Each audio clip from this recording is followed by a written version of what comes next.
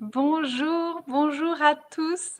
Bonjour Lise, j'espère que vous allez bien. Alors, première chose, est-ce que vous nous entendez bien? Est-ce que vous nous voyez bien? Vous pouvez répondre dans le chat en commentaire. Dites-nous si vous êtes là, puis aussi d'où vous venez, parce que Lise et moi, on est quand même aux extrémités l'une et l'autre de la France.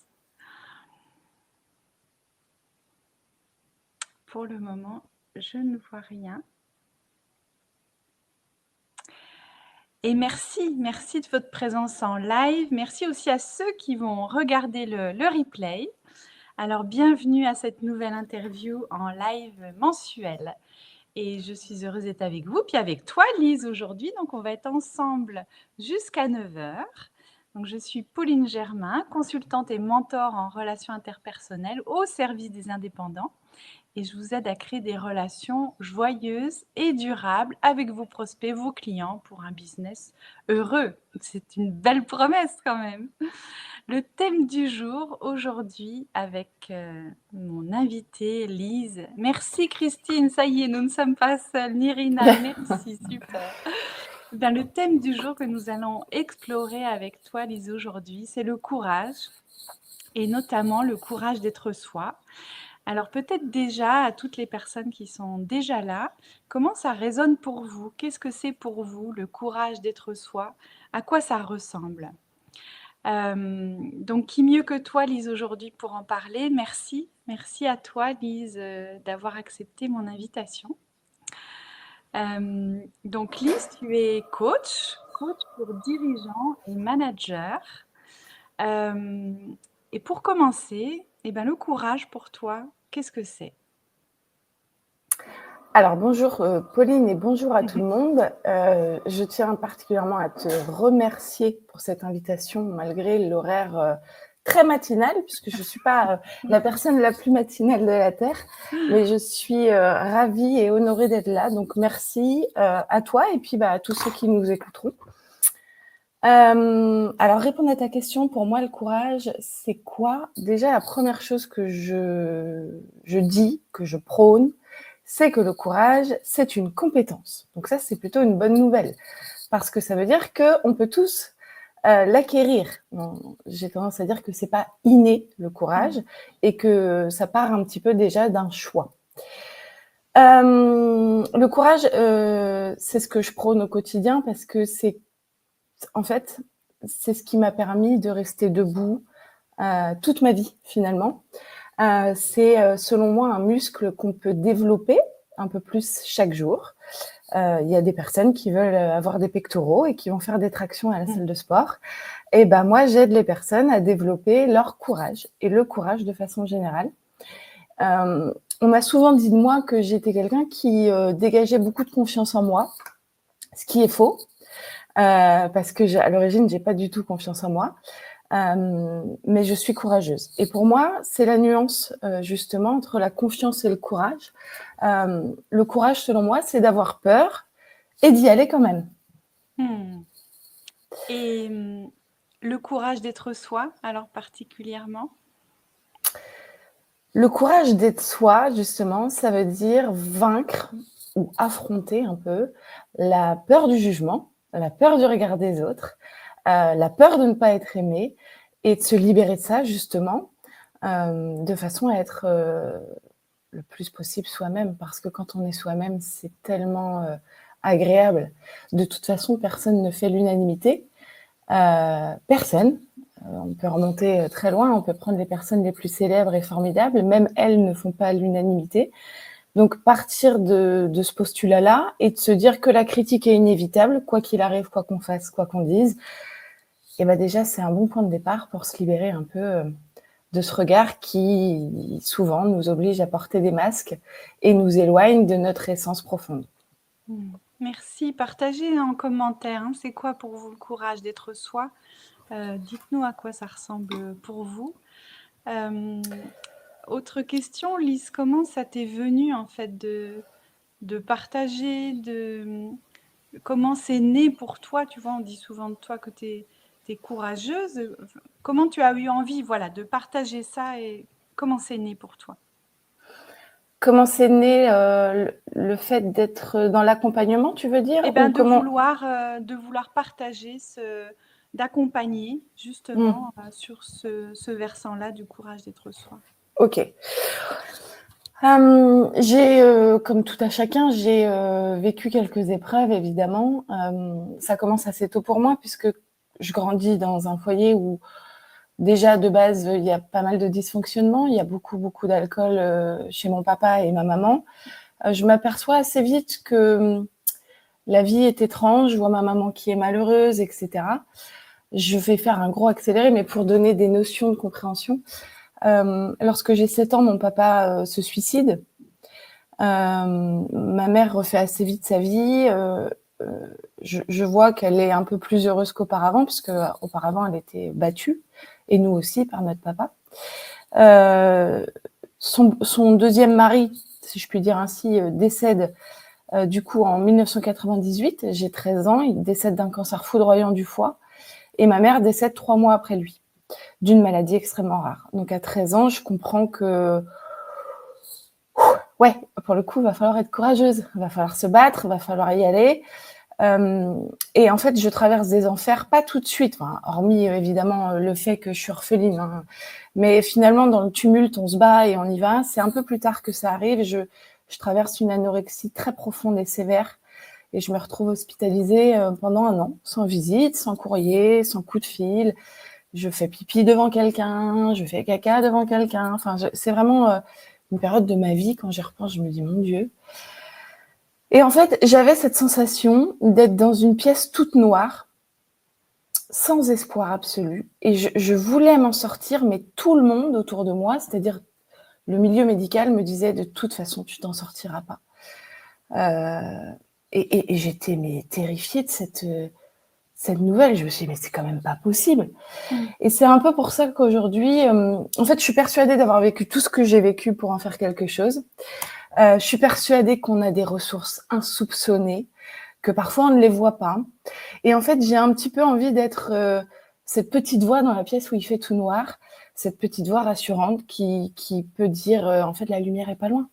La lumière, elle est juste là, et je suis à côté de toi, et ça va aller. Parce que j'ai eu besoin de cette personne-là que je n'ai pas eue. Mmh. Et parce que pour toi-même, tu l'as trouvée, cette lumière. Exactement. Mais il a fallu que j'affronte mes ténèbres. Mmh. Merci de partager très sincèrement ton parcours. C'est ce que je disais dans la présentation, c'est que tu aurais pu sombrer. En fait, voilà, on peut considérer que c'est un calvaire, et toi, tu as choisi de t'en sortir, choisi de réagir autrement. Et, et c'est ça, voilà, que je souhaitais que tu partages. Et c'est ça qui fait ta force désormais dans tes accompagnements. Et d'ailleurs, dans tes accompagnements, tu parles souvent de reconnexion à l'enfant intérieur. Alors, est-ce que tu pourrais nous en parler? Oui, bien sûr. Alors pour rebondir un petit peu sur ce que tu disais, j'ai sombré. J'ai profondément sombré. Je pouvais pas aller plus au fond que là où j'étais, et du coup, j'ai fait le choix, en effet, heu, de regarder en haut et de me dire: «OK, on y va». D'ailleurs, il y a Jean-Claude Van Damme qui dit ça. C'est rigolo parce que Jean-Claude Van Damme, c'est pas forcément la référence absolue, mais il dit des choses qui sont intéressantes souvent. Il dit: «Quand tu es dans le trou, arrête de creuser». Parce que c'est vrai que souvent, quand on va mal, on continue de se plaindre et de dire qu'on va mal, et cetera. Donc l'enfant intérieur. En fait, moi, malgré toutes ces épreuves, et cetera, le courage, la force, la résilience, l'optimisme que j'ai pu développer, j'ai beaucoup, beaucoup galéré à apprendre à m'aimer. Mais quand je dis beaucoup galéré, c'était vraiment le plus difficile pour moi, c'était de réussir à m'apporter de l'amour, de la bienveillance, de la douceur. J'y arrivais vraiment pas. J'avais un discours interne qui était très dur, surtout physiquement, hein. Je pense que ça, en plus, ça touche particulièrement les femmes, mais que je, bah, appelons un chat un chat, j'avais un discours, j'étais dégueulasse, j'étais moche, j'étais écœurante, j'étais grosse, enfin, des choses très difficiles. Et j'ai toujours voulu arrêter de penser comme ça. Mais comment? Et j'ai cherché, et puis ça venait pas. Et puis un beau jour, je suis tombée sur une photo de moi petite. J'en ai que 3, des photos de moi petite.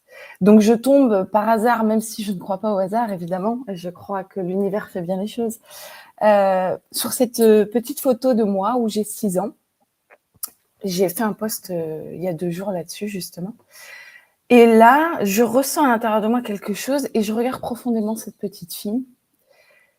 Et je vois qu'à ce moment-là, elle aime bien qui elle est. Elle se soucie même pas de ce qu'elle est, elle va bien. Et du coup, je me dis, OK, alors vas-y, maintenant, Lise, dis-lui toutes les méchancetés que tu te dis à toi tous les jours. Vas-y, dis-lui. À noter que je suis maman. Donc, du coup, forcément, ça joue. Et donc là, je me suis effondrée en larmes. Hein. J'ai pleuré, parce que j'étais incapable de lui dire toutes ces méchancetés à cette petite Lisette. Et en fait, j'ai compris qu'elle avait besoin d'amour, qu'elle avait besoin de moi, que je l'avais abandonnée depuis trop longtemps, que je voulais être là pour elle, qu'elle allait m'accompagner, que j'allais lui donner l'amour dont elle a tant besoin. Et en fait, j'ai serré cette petite photo contre moi et j'ai ressenti une plénitude incroyable. Et je me suis dit, mais ça y est. En fait, j'ai senti immédiatement, je me suis dit, mais ça y est, mais c'est ça. Et j'ai eu peur que ce soit éphémère, alors je me suis dit, il faut que je trouve une solution. Et la solution que j'ai trouvée, c'est d'avoir un petit médaillon et de la mettre dedans. Et depuis ce jour-là, elle est toujours avec moi, je suis toujours avec elle et on se donne de la force mutuellement. Et du coup, je suis tellement convaincue de la reconnexion avec l'enfant intérieur, évidemment, que je propose lors de mes accompagnements une reconnexion avec son enfant intérieur lorsque le besoin s'en fait sentir. Et il y a des reconnexions incroyables et bouleversantes. Ouais. Merci. Donc ça fait partie des outils que tu utilises dans tes accompagnements Oui. Pour l'amour de soi, pour apprendre à s'aimer de nouveau. Est-ce que tu as d'autres outils que tu utilises? Ah bah, il y en a pas mal. J'utilise beaucoup l'entourage également, parce que c'est important. Alors, je vais faire un peu de teasing, hein, je vais pas tout dévoiler pour donner envie peut-être aux gens, pourquoi pas de découvrir davantage. On travaille beaucoup sur les fondamentaux de la personne, c'est-à-dire on a tous des fondamentaux, ce que j'appelle des fondamentaux, ça, les valeurs. On a un système de valeurs qui est au minimum de 10 valeurs par individu.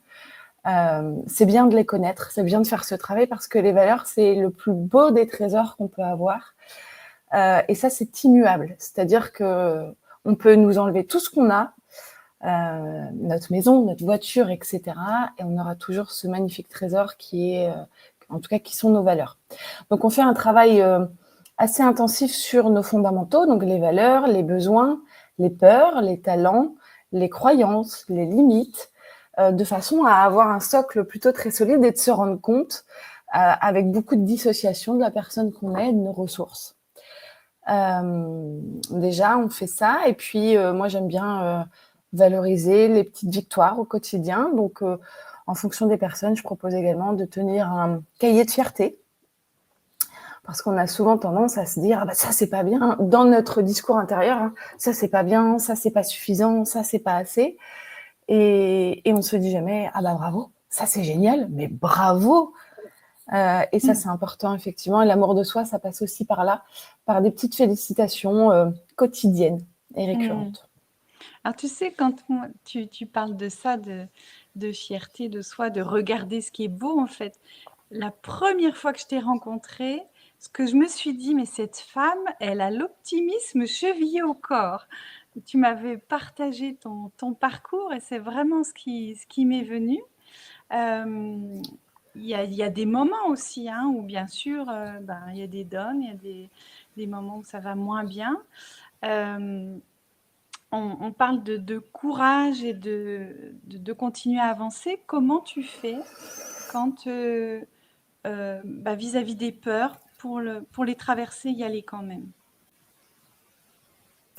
Alors, je pense que je suis une des plus grandes peureuses qui existent. J'ai peur, à la base, j'ai peur de beaucoup de choses et j'ai peur de tout.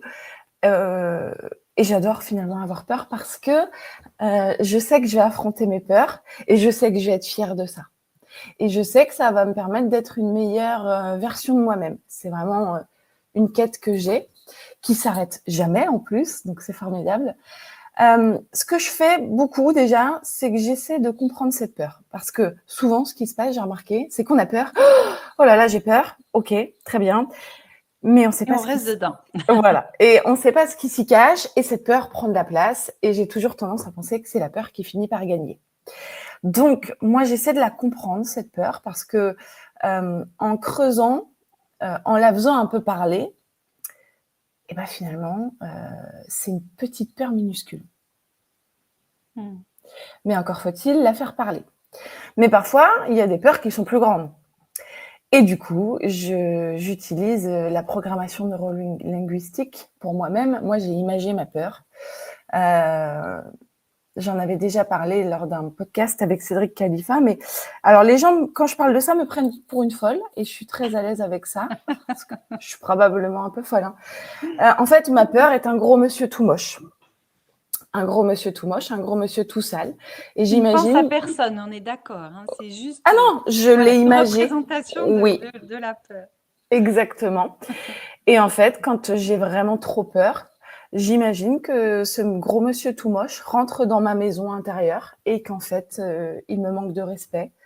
Il rentre sans frapper, il va dans le canapé, il met ses pieds sur la table et puis il me demande un verre à boire. Et l'idée, c'est que je m'exécute. Et si j'écoute trop ma peur, ça veut dire que je lui sers son verre et je dis rien. Et il est hors de question que ça se passe comme ça chez moi. Donc, naturellement, je mets cette peur dehors. Et souvent, ce que je fais, c'est que j'actionne, en fait. C'est-à-dire que quand j'imagine ça dans ma tête, je me lève. Et Tu te mets en déjà, mouvement. voilà, je me mets en mouvement Corporellement, voilà, il se passe quelque chose. et je passe par l'action. Voilà. Ouais. Mais ça n'empêche que j'ai peur. Mais je lui dis tranquillement, en fait, ici, c'est moi qui commande. C'est pas toi qui vas prendre la place. Moi, ce que j'aime avec la peur, c'est lui parler. Lui parler, voilà, comme tu fais avec ce gros monsieur, la mettre à distance et la remercier aussi parce que c'est une émotion, c'est une information, la remercier d'être là et de dire ok, mais là c'est en fait c'est moi qui décide quoi, c'est ce que tu fais avec le gros monsieur dans ton salon. Exactement. C'est ça. Exactement. N'hésitez pas en commentaire à poser des questions. Voilà, beaucoup te remercient, Maxime, qui ressent ton émotion, qui te remercie de partager ton histoire. Pour Béatrice, le courage d'être soi, c'est oser visiter son ombre pour se révéler tel qu'on est. Mais oui, nos parts d'ombre. Courage versus résilience pour Céline.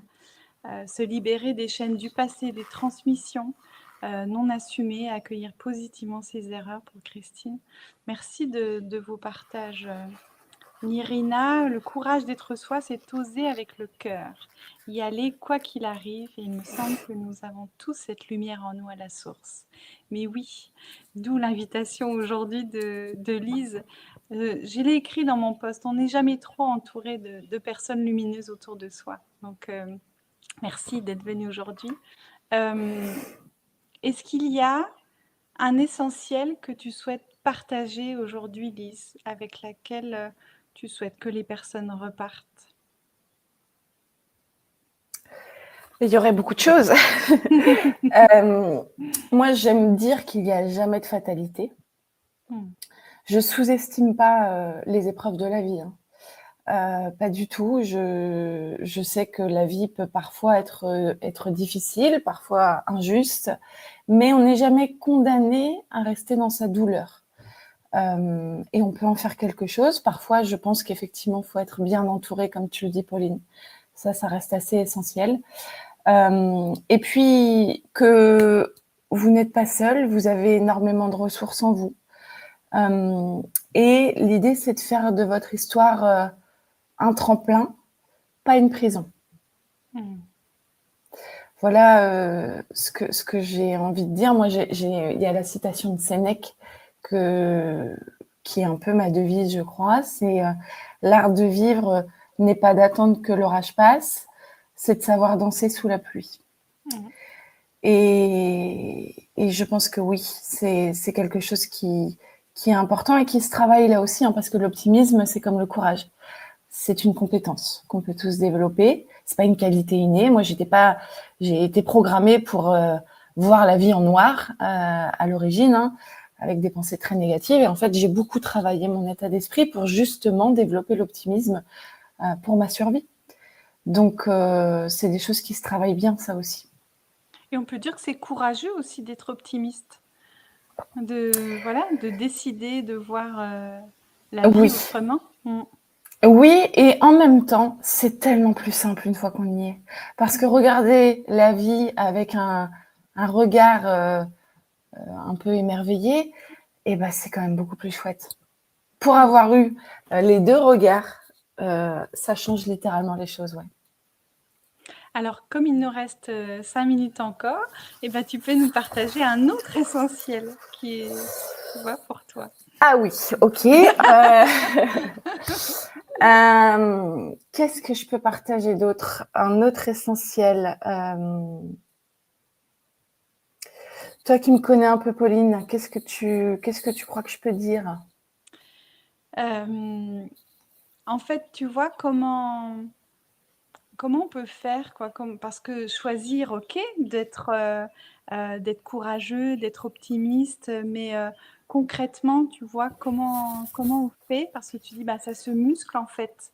Oui. On décide, mais concrètement, ben, ouais, ok, comment on fait? Est-ce qu'il y a un jour, c'est c'est on-off, tu vois, où il se passe... Non, non, en fait, c'est des petites actions à mettre en place chaque jour.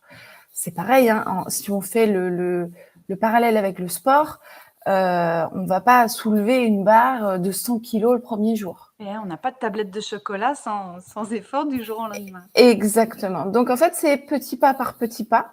Chaque jour, je vais faire une petite chose courageuse qui est inconfortable pour moi. Et c'est pour ça que je crois que le coaching, c'est vraiment une bonne clé. Parce que quand on se fait accompagner, on a encore plus d'élan pour accomplir ces petites choses.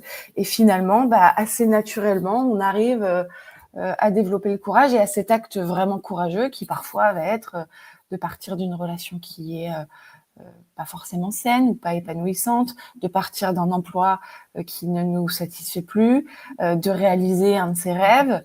Là, je vois mon conjoint, il part faire le Mont Blanc à la fin du mois, c'est son rêve depuis qu'il est enfant. Voilà, c'est des petites choses comme ça pour arriver au but ultime qu'on s'était fixé, mais ça se fait pas effectivement du jour au lendemain. Petit pas par petit pas et avec Petit pas. beaucoup de bienveillance vis-à-vis de soi-même. Exactement, tout à fait. Il y a une question d'Yvan pour toi. Lise, comment vois-tu l'avenir de ton épanouissement personnel? Merci Yvan pour cette question. Comment alors, je le vois plutôt très positivement. Aujourd'hui, j'organise justement ma vie professionnelle. Donc, j'adore mon métier. Vraiment, je suis très épanouie dedans. Et j'organise en parallèle ma vie personnelle aussi, parce que c'est mes ressources. C'est-à-dire que j'ai besoin de passer du temps en famille, donc j'équilibre vraiment le professionnel et le personnel, même si c'est pas un acquis, hein. Il faut quand même faire attention tout le temps. Ça peut vite basculer de l'autre côté. J'ai vécu un mois de février, par exemple, assez complexe à ce niveau-là. Je suis reconnaissante de l'avoir vécu parce que derrière, j'ai pu bien réajuster. Donc moi, je le vois très bien parce que je suis épanouie dans ce que je fais. J'ai la plus belle des récompenses avec les personnes que j'accompagne, c'est de voir leur transformation. Et j'ai vraiment ce sentiment profond d'être à la bonne place. Je te confirme, Lise. Merci. Ben, s'il n'y a pas d'autres questions, merci infiniment à tous de votre présence, de vos témoignages, de vos questions. Merci à toi, Lise, de ta confiance. de ta présence, ton authenticité, comme à chaque fois. Voilà, je suis sûre que tu as inspiré, et d'ailleurs on le lit dans les commentaires, beaucoup d'entre nous.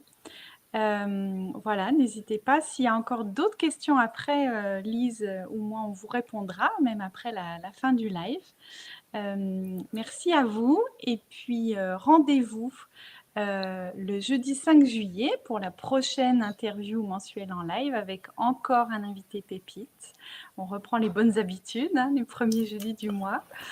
Et je vous souhaite à toi aussi, Lise, une excellente journée et surtout de continuer de prendre soin de vous, de votre enfant intérieur, n'est-ce pas, et de vos relations. Merci beaucoup, Pauline, et merci à tous d'avoir répondu présent. Et encore une fois, merci, Pauline, parce que c'est un honneur d'avoir participé à cette interview. Avec joie. Et surtout, n'oubliez pas, hein, vous êtes le joyau de votre vie et de votre business. À bientôt.